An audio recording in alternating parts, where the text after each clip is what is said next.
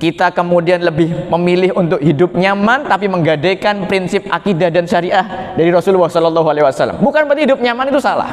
Hidup nyaman baik, berkah, sejahtera, tapi di atas jalan akidah dan syariatnya Rasulullah SAW. Ini kita kadang-kadang begini, udah usah terlalu fanatik beragama, yang penting mah bisa kerja, bisa makan, bisa nikah, punya anak, selesai. Itu mah di Jember, nggak tahu. Kalau di Sumeneb ini insya Allah enggak, tidak jauh beda insya Allah. Itu kebutuhan manusia. Manusia kalau ditampilkan masalah dunia, masya Allah ajib, semuanya takjub, semuanya kagum. Tapi kekaguman itu kemudian melebihi batas dari garis akidah dan syariatnya Rasulullah SAW. Berapa banyak yang kemudian menanggalkan akidahnya hanya karena jodoh? Perempuan yang udah naksir banget sama cowok, apalagi artis, nggak peduli dah. Perkara nanti beda agama, nggak peduli. Bawa dalil lagi, lakum dinukum waliyadin. Emang dikira ulama nggak bahas dalil itu? Dalil itu bukan untuk kebolehan nikah beda agama, bukan.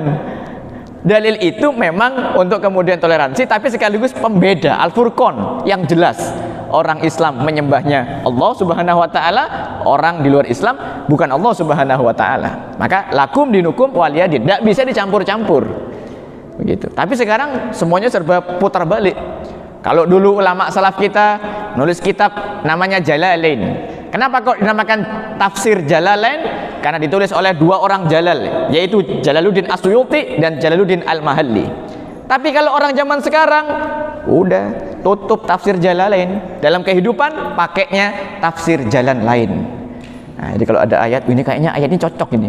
Ayat ini cocok untuk mendukung pendapat saya yang wallahu a'lam udah dilepas, entah ini cocok sama ulama yang lain, entah ini kemudian menyelisihi dari salaf kita atau enggak, tapi ini cocok dengan hawa nafsuku ini kayak cocok sama yang aku pingin ini kayaknya.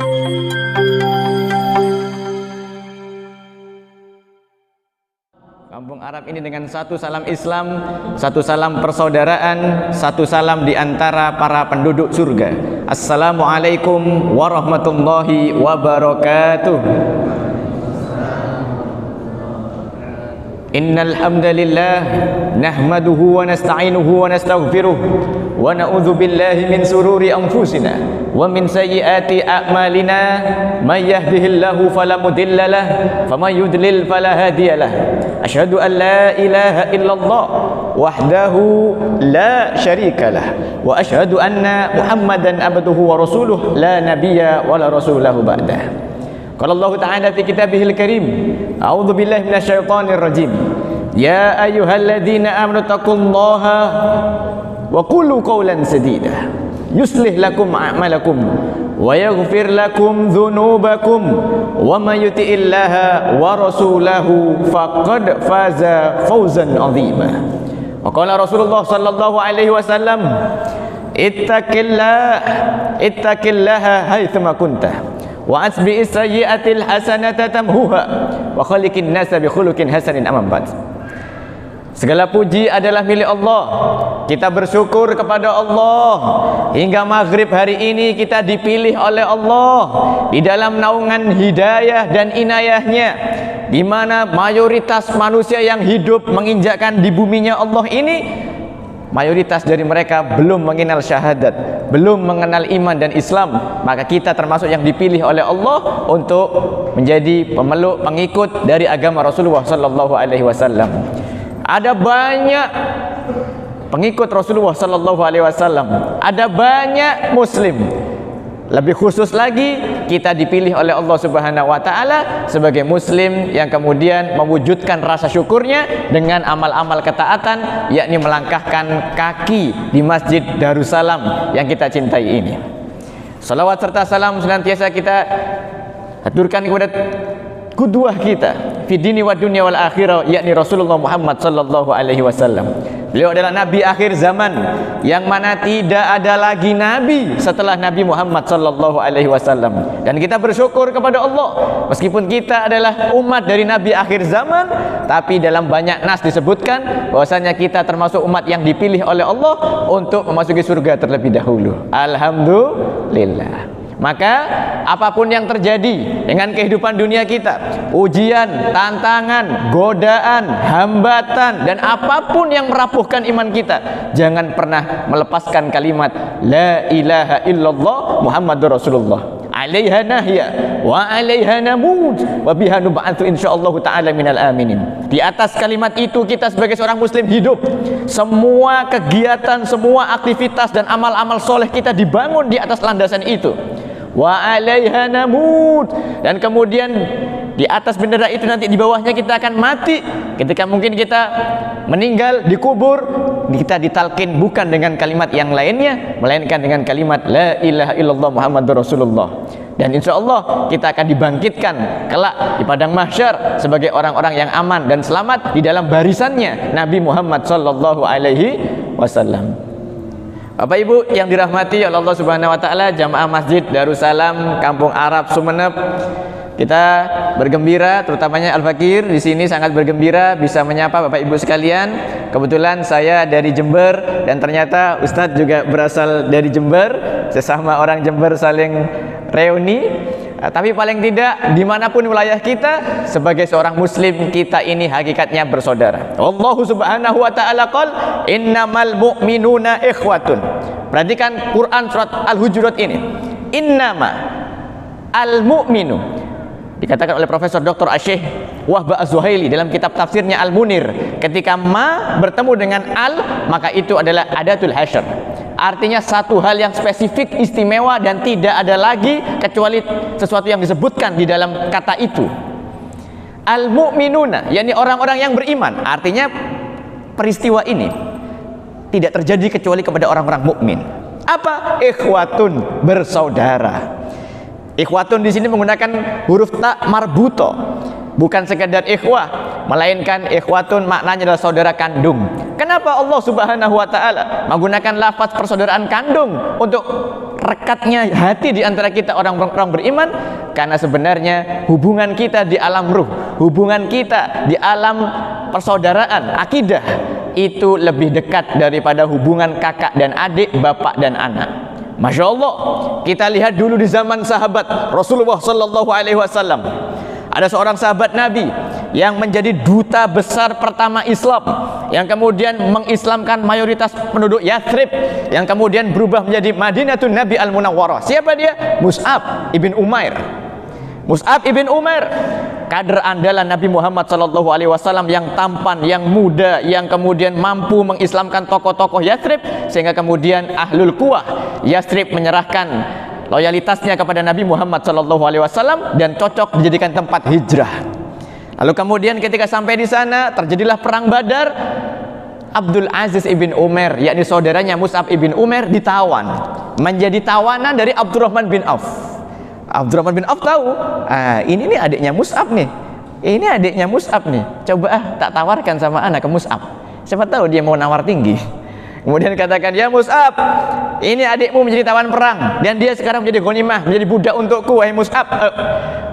Berapa kau berani tebus untuk adikmu? Apa jawaban Mus'ab ibn Umar? Bukannya Mus'ab bin Umar tidak mau menebus, tapi dia mengatakan kepada Abdurrahman bin Auf, wahai Abdurrahman, wallahi, wallahi, saudaraku adalah engkau, bukan dia. Sampai dia mengucapkan kalimat La ilaha illallah Muhammadur Rasulullah. Masya Allah. Bayangkan, persaudaraan di atas akidah dibuktikan oleh Mus'ab ibn Umar itu lebih erat, lebih kemudian menghunjam dalam akal dan hati seorang mukmin melebihi persaudaraan kandung. Tentu bukan berarti kemudian kita menegasikan atau kita kemudian tidak mengindahkan dari persaudaraan kandung. Maksudnya di sini persaudaraan orang-orang yang beriman, yang diataskan atas dasar iman, itu lebih kokoh, lebih solid. Kalau saudara kandung mah kadang kena warisan se-M2M ya, 1 unit 2 unit rumah, itu sudah goncang Pak, gini Bang G. Iya, itu di Jember. Nggak tahu kalau di Sumeneb insya Allah tidak jauh beda maksudnya ya, insya Allah. Bapak Ibu yang dirahmati oleh Allah Subhanahu Wa Taala, jamaah Masjid Darussalam.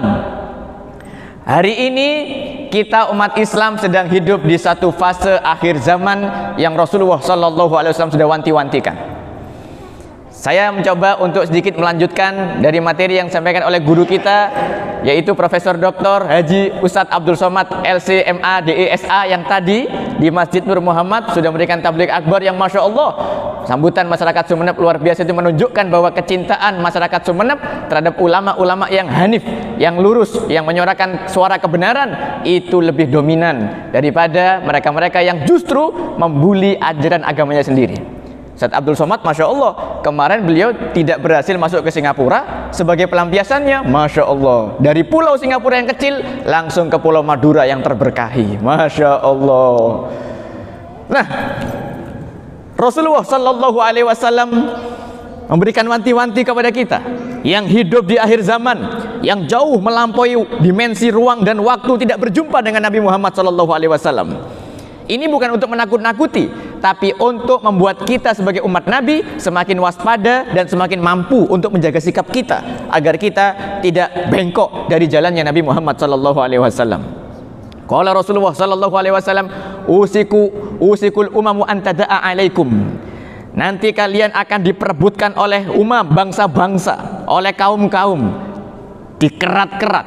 Kama tada'al akalatu ila qas'atiha. Bagaikan orang-orang yang rebutan, yang mengkerat-kerat makanan di tengah-tengah. Orang-orang kelaparan, kalau sudah disajikan makanan, berkumpul 5-10 orang, Masya Allah, nasib makanan itu akan dikerat-kerat. Dan seperti itu nanti nasib umat Islam di akhir zaman. Kita kalah, kita terzolimi, kita kemudian diinjak-injak, kita kemudian didiskriminasi. Kita adalah korban dari terorisme barat, tapi sekaligus yang sama kita dituduh sebagai pelaku terorisme. Ajib kan? Seperti makanan yang kemudian dikerat-kerat oleh kaum-kaum. Salah seorang sahabat yang hadir di situ bertanya kepada Rasulullah, "Ya Rasulullah, awamin qillatin nahnu yauma idzin?" Apakah kemudian karena jumlah kita pada waktu itu sedikit jumlahnya? Qala Rasulullah sallallahu alaihi wasallam, "Bal antum yauma idzin katsir." Tapi bahkan jumlah kalian pada hari itu banyak. Walakinnakum ghutha. Tapi kalian seperti buih, kahutsa isail, bagaikan buih di lautan. Apa? Tidak berprinsip. Kita kemudian lebih memilih untuk hidup nyaman tapi menggadaikan prinsip akidah dan syariah dari Rasulullah sallallahu alaihi wasallam. Bukan berarti hidup nyaman itu salah. Hidup nyaman baik, berkah, sejahtera, tapi di atas jalan akidah dan syariatnya Rasulullah sallallahu alaihi wasallam. Ini kita kadang-kadang begini, udah usah terlalu fanatik beragama, yang penting mah bisa kerja, bisa makan, bisa nikah, punya anak, selesai. Itu mah di Jember, nggak tahu. Kalau di Sumeneb ini insya Allah enggak, tidak jauh beda insya Allah. Itu kebutuhan manusia. Manusia kalau ditampilkan masalah dunia, Masya Allah ajib, semuanya takjub, semuanya kagum. Tapi kekaguman itu kemudian melebihi batas dari garis akidah dan syariatnya Rasulullah Sallallahu Alaihi Wasallam. Berapa banyak yang kemudian menanggalkan akidahnya hanya karena jodoh. Perempuan yang udah naksir banget sama cowok, apalagi artis, nggak peduli dah. Perkara nanti beda agama, nggak peduli. Bawa dalil lagi, lakum dinukum waliyadin. Emang dikira ulama nggak bahas dalil itu? Dalil itu bukan untuk kebolehan nikah beda agama, bukan. Dalil itu memang untuk kemudian toleransi, tapi sekaligus pembeda, al-furqan yang jelas. Orang Islam menyembahnya Allah Subhanahu wa taala, orang di luar Islam bukan Allah Subhanahu wa taala. Maka lakum dinukum waliyadin, tidak bisa dicampur-campur. Begitu. Tapi sekarang semuanya serba putar balik. Kalau dulu ulama salaf kita nulis kitab namanya Jalalain. Kenapa kok dinamakan tafsir Jalalain? Karena ditulis oleh dua orang Jalal, yaitu Jalaluddin As-Suyuti dan Jalaluddin Al-Mahalli. Tapi kalau orang zaman sekarang udah tutup tafsir Jalalain, dalam kehidupan pakainya tafsir jalan lain. Nah, jadi kalau ada ayat ini, kayaknya ayat ini cocok ini. Ayat ini cocok untuk mendukung pendapat saya yang wallahu a'lam udah dilepas, entah ini cocok sama ulama yang lain, entah ini kemudian menyelisihi dari salaf kita atau enggak, tapi ini cocok dengan hawa nafsuku ini, kayak cocok sama yang aku pingin ini kayaknya. Nah, lalu kemudian dipakailah itu, terlepaslah kita dari simpul-simpul akidah dan syariatnya Rasulullah Sallallahu Alaihi Wasallam. Falyaudzubillah, semoga Allah Subhanahu Wa Taala melindungi kita semua. Lanjut dari hadis Rasulullah Sallallahu Alaihi Wasallam tadi, banyak tapi bagaikan buih di lautan. Kita lihat hari ini Bapak-bapak sekalian, Palestina, kiblat pertama umat Islam, belum juga bisa dibebaskan, padahal agresor atau penjajahnya yaitu Israel laknatullah alaih itu jumlahnya tidak lebih dari penduduk jumlah orang Madura. Cuman reng Madura mon ekirim Israel jauh Pak, pesawat sobung, maksudnya pesawat yang langsung bawa ke sana banyak sobung. Coba Semak, tompes lah itu kening orang Madura, Pak. Masya Allah, orang Madura tidak bisa dilawan ya, Masya Allah. Nah,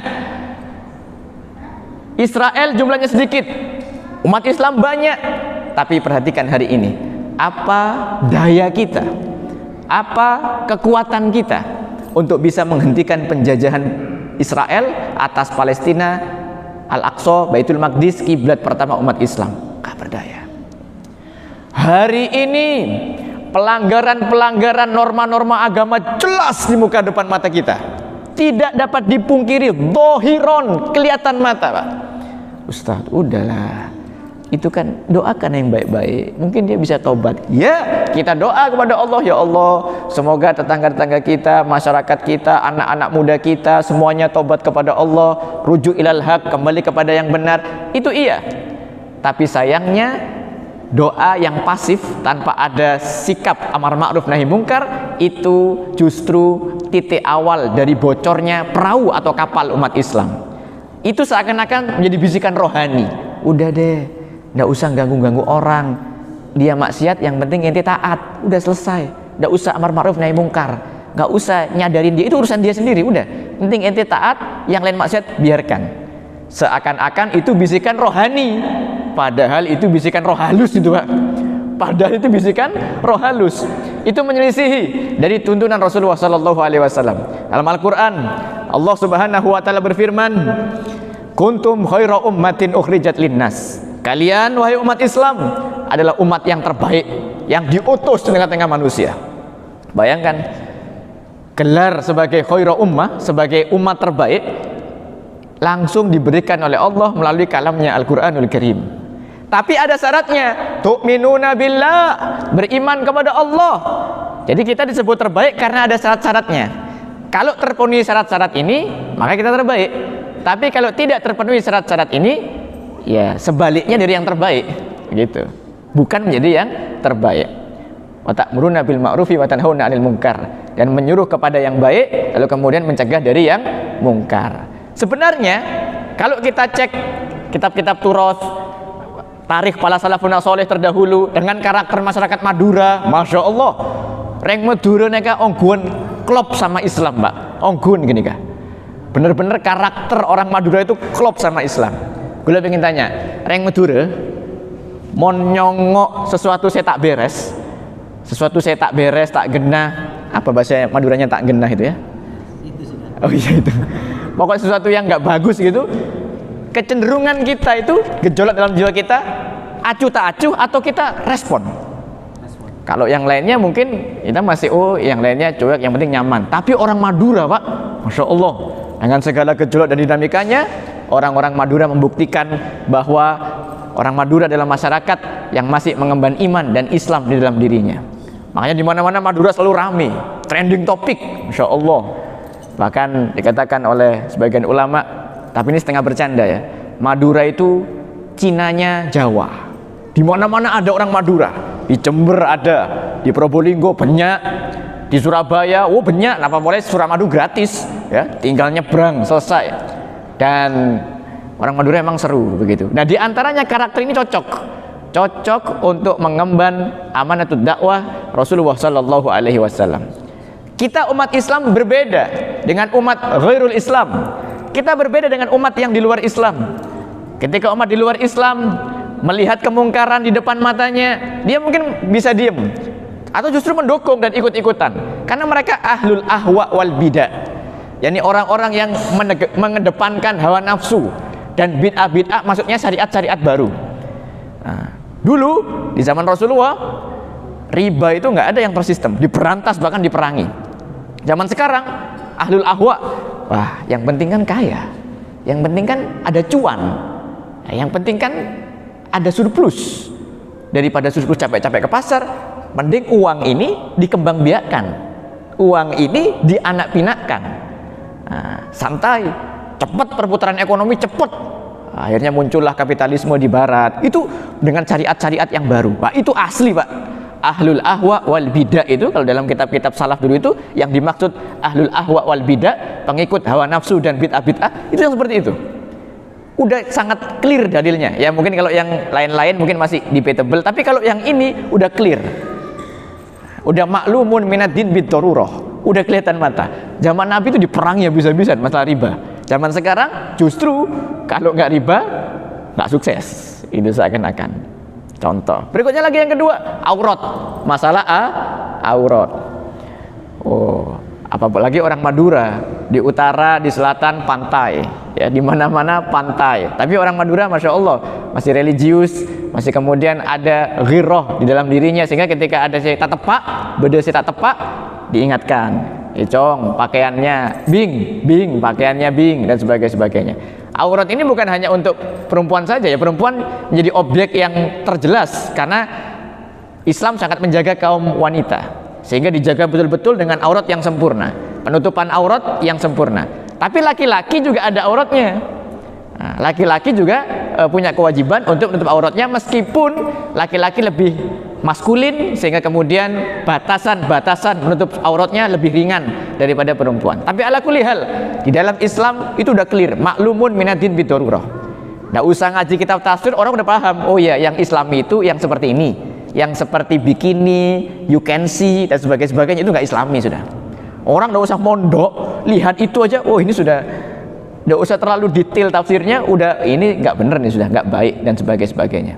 Nah, dulu di zaman Nabi Muhammad SAW ini menjadi satu perhatian yang sangat erat, sangat diperhatikan oleh Nabi, sehingga yang namanya perzinahan, isu-isu perselingkuhan, dan masalah-masalah jinsiah yang lainnya itu minim di zaman Nabi, karena Nabi concern. Beda saya tak tepak sekuni langsung diluruskan, beda saya tak tepak sekuni diluruskan, sehingga tidak sampai menjadi penyakit kronis di dalam masyarakat Islam ketika itu. Tapi mon zaman semangken, bolehin setong kali, cong, bing, jek pacaran, setong, cong, bing, jek pacaran, dua, cong, bing, jek pacaran, dusa, telok, aduh, males lah, belis kakek, males akhirnya. Nah, lalu kemudian seakan-akan ada permisivisme, dibiarkan lama-lama, batasan-batasan masalah aurat, masalah-masalah jinsiah. Akhirnya apa? Hari ini kasus-kasus masalah itu menggunung, Pak. Menggunung. Hari ini kita baca berita kaget. Kok ada kasus kriminalitas yang sedemikian rupa? Mengerikan. Bapak memerkosa anak kandungnya, atau sebaliknya anak kandung merkosa ibunya, atau kemudian, waduh macam-macam dah. Yang lebih parah lagi juga LGBT, L, lesbi, B, LG, G-nya gay, biseksual, dan transgender. Dulu di zaman Nabi, masya Allah, semua ulama mazhab sepakat, hukuman bagi pelaku itu adalah hukuman mati. Cuman ulama berbeda dalam masalah bentuk hukumannya. Sebagian mengambil nas, tapi nasnya dhoni, sehingga sebagian menjatuhkan takzir. Takzir itu berarti nanti hukumannya hukuman mati, cuma jenisnya diserahkan kepada qadhi, diserahkan kepada hakim. Ribuan tahun itu berlangsung, Pak. Tapi hari-hari ini bahkan LGBT dibuatkan tutorialnya, tutorial menjadi LGBT. Loh, ini masyarakat kita, Allah. Coba kita lihat penyakit masyarakat yang kemudian menjadi semakin kronis. Bukan berarti kita ini haters, bukan berarti kita ini kaum yang neka pembenci, ini nggak senang ini, bukan masalah itu. Ini masalah justru kita cinta kepada mereka, kita cinta kepada agama kita, sehingga kita itu serius menjaga, membentengi agama kita, generasi kita dari hal-hal yang merusak dari luar sana. Mohon maaf, Pak, mohon maaf. Ini penting nih, karena kadang gini, udahlah, jangan bahas yang jelek-jelek. Loh, justru yang jelek itu untuk diperbaiki justru. Semakin nih, kita punya anak, Pak. Bapak ini insya Allah rata-rata udah punya anak atau bahkan cucu, masya Allah. Anak kita mainan apoy. Kenapa nih apoy? Api ya. Anak kita mainan api. Nah, terus kita bilang uminya udah hampir marah-marah, istri udah hampir marah-marah. Gimana kok main api? Udahlah Mi, Toleransi kepada anak, tidak usah marah-marah. Berikan dia kebebasan untuk memilih jalannya sendiri. Iya. Kobong, kalau bahasa Jawa itu kobong. Bahasa Maduranya apa ya? Katonon ini kan. Enggak jukok katonon. Saya kemarin di Pamekasan dapat istilah baru, jukok katonon, ikan bakar. Insyaallah. Anak kita sok-sok kalem, sok-sok toleran dan sebagainya, kita nggak melakukan sikap keras untuk menghindarkannya pada api, kebakar, Pak. Nah, justru dikatakan berkasih sayang seorang bapak, justru dikatakan bertanggung jawab seorang bapak ketika dia mengambil sikap tegas menghindarkan anaknya dari api. Justru itu kemudian menjadi sikap tegas. Mumpung masalah api nih, saya jadi ingat beberapa hari yang lalu ada satu ceramah dari salah seorang ulama besar dari Bogor yang kemudian tinggal Jakarta, yaitu Al-Habib Hanif bin Abdurrahman Al-Attos. Beliau mengatakan begini, hari ini orang tua pun masalah sholat agak-agak longgar kepada anaknya. Yang kena benten, ya, ketika disuruh sholat, apalagi lihat anaknya, loh kok anakku kecapean ya, suruh sholat sekali dua kali, keempat, anaknya malasnya lebih kuat. Nah, akhirnya menyerahlah orang tua, menyerahlah.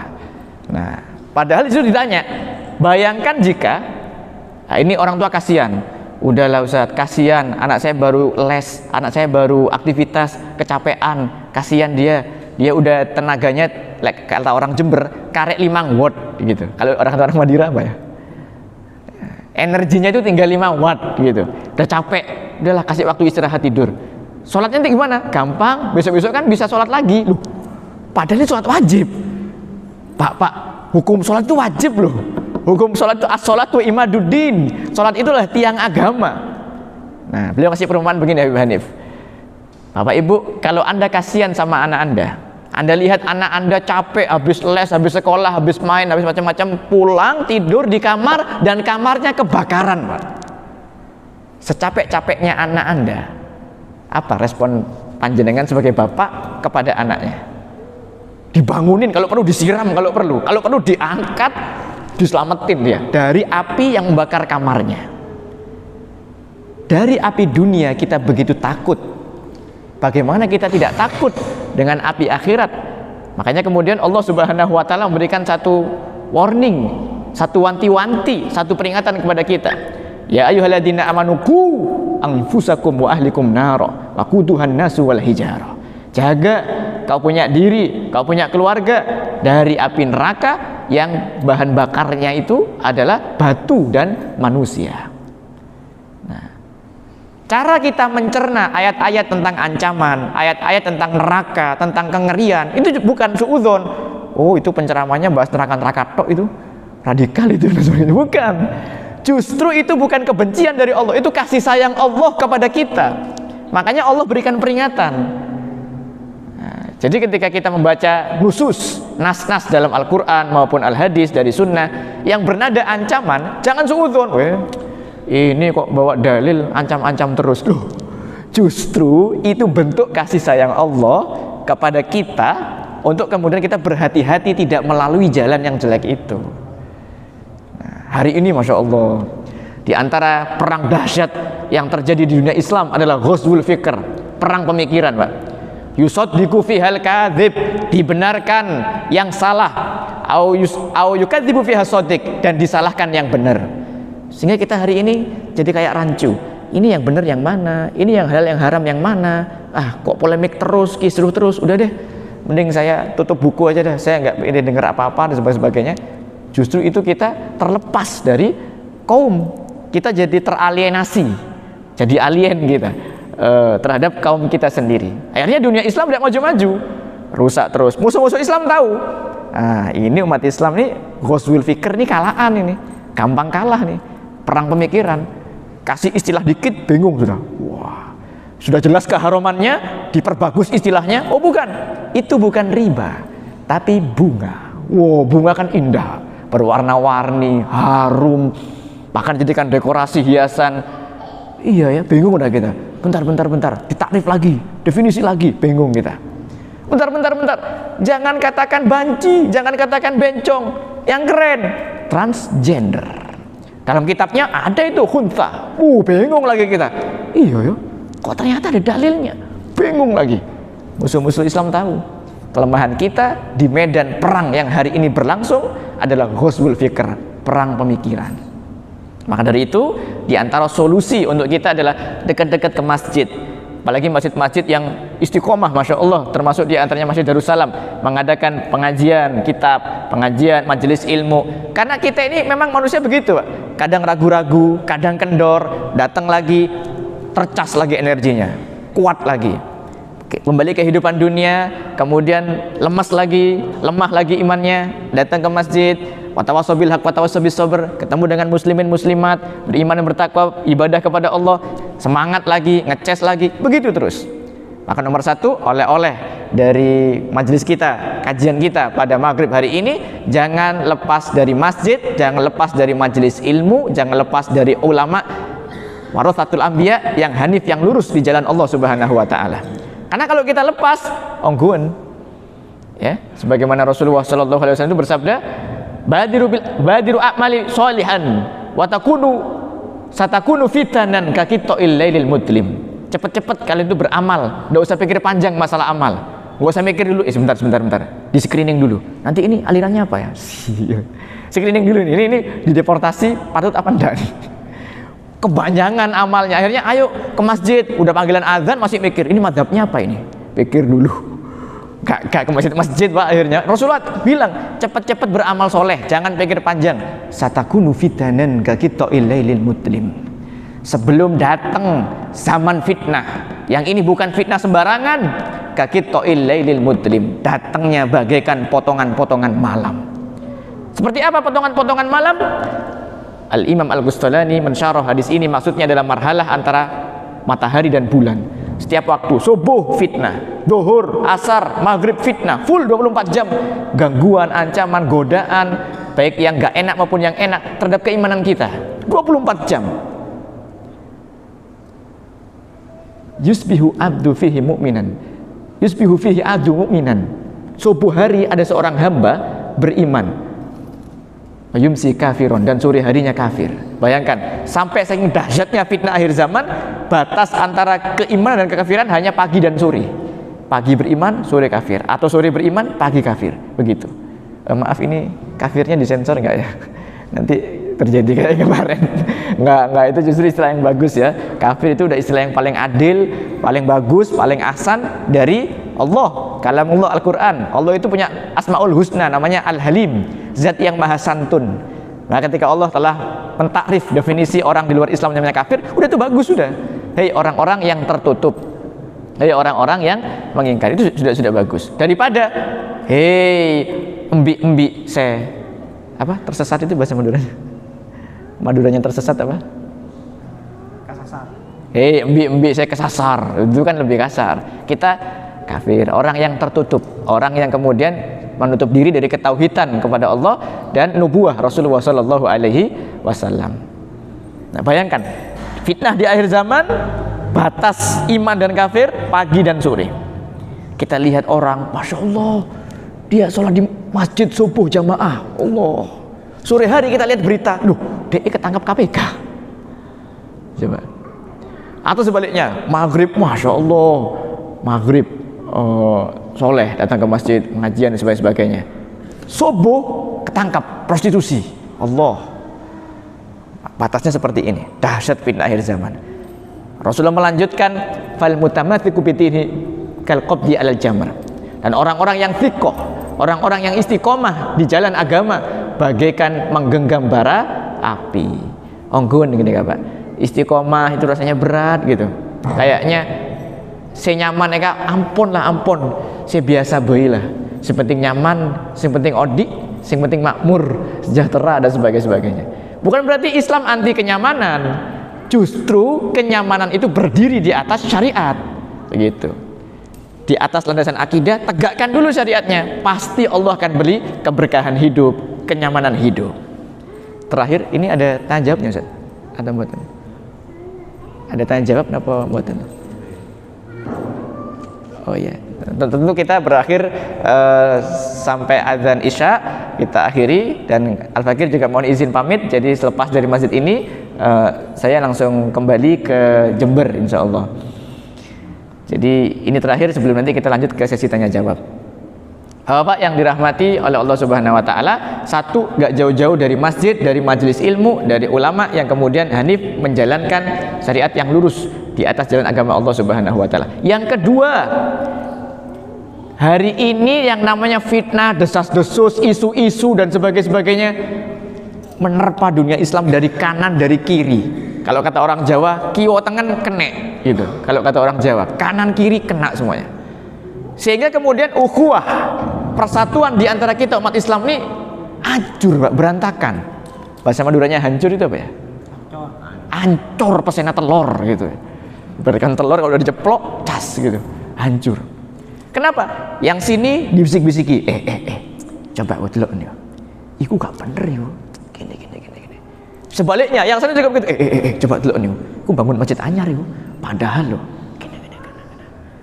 Terus dibisik-bisik, bukan bisik-bisik yang bagus, bisik-bisik yang saling menjelekkan. Lama-lama di antara kita jadi ada sekat-sekat gitu. Padahal dulu Nasoro itu berpecah dengan sangat dahsyat itu menjadi Katolik dan Kristen di antaranya gara-gara itu. Nah, maka yang poin nomor 2 adalah dunia Islam udah pecah berantakan. Jangan tambah PR lagi menjadi memecah belah. Jaga ukhuwah. Wa'tasimu bihablillahi jami'an wa la tafarraqu. Berpegang teguhlah pada agama Allah dan jangan berpecah belah. Gimana caranya berukhuwah? Satu, kita tidak memandang muslim yang lainnya kecuali antum afdhalu minni. Anda lebih baik daripada saya.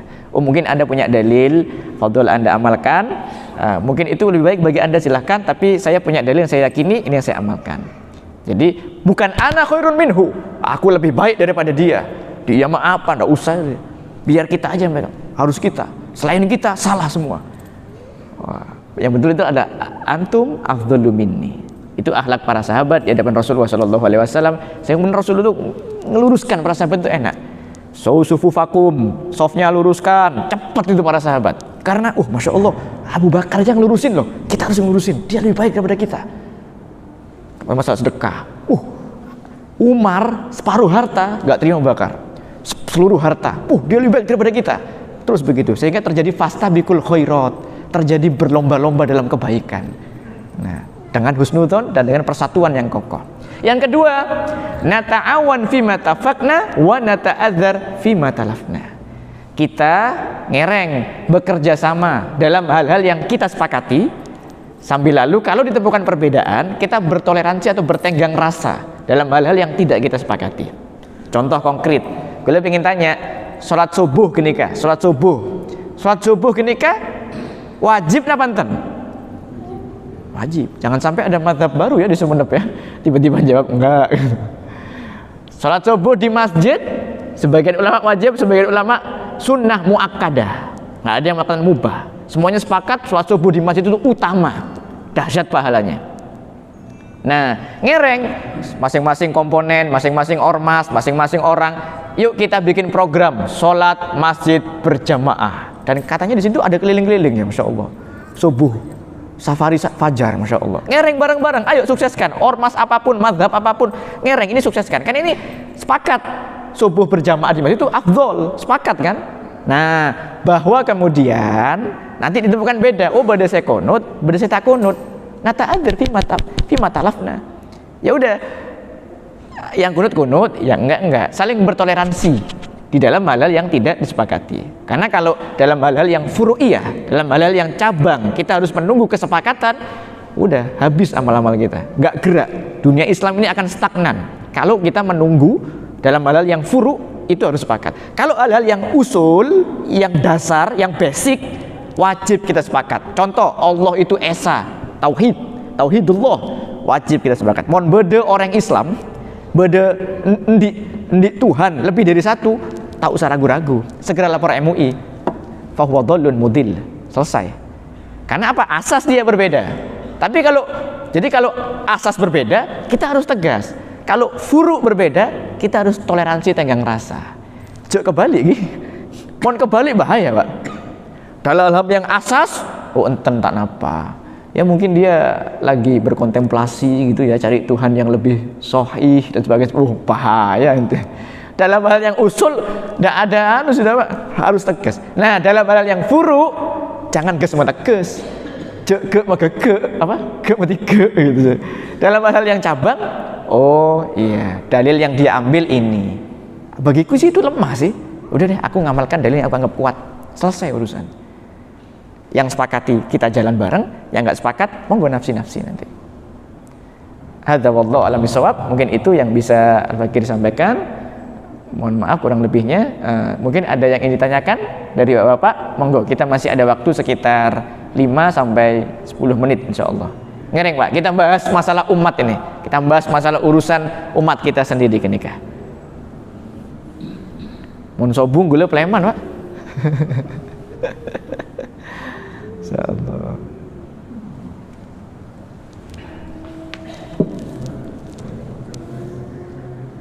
Ada? Oh, bapak-bapak di Sumenep ini tawaduk nih ya, Masya Allah. Sudah paham Ustaz, saya siap tinggal diamalkan ini, Masya Allah. Baik, kalau tidak ada, mungkin kita cukupkan terlebih dahulu. Semoga perjumpaan kita yang sebentar dan sedikit ini membawa kemanfaatan, dan semoga sepasca atau sebada majelis ini kita menjadi lebih peduli.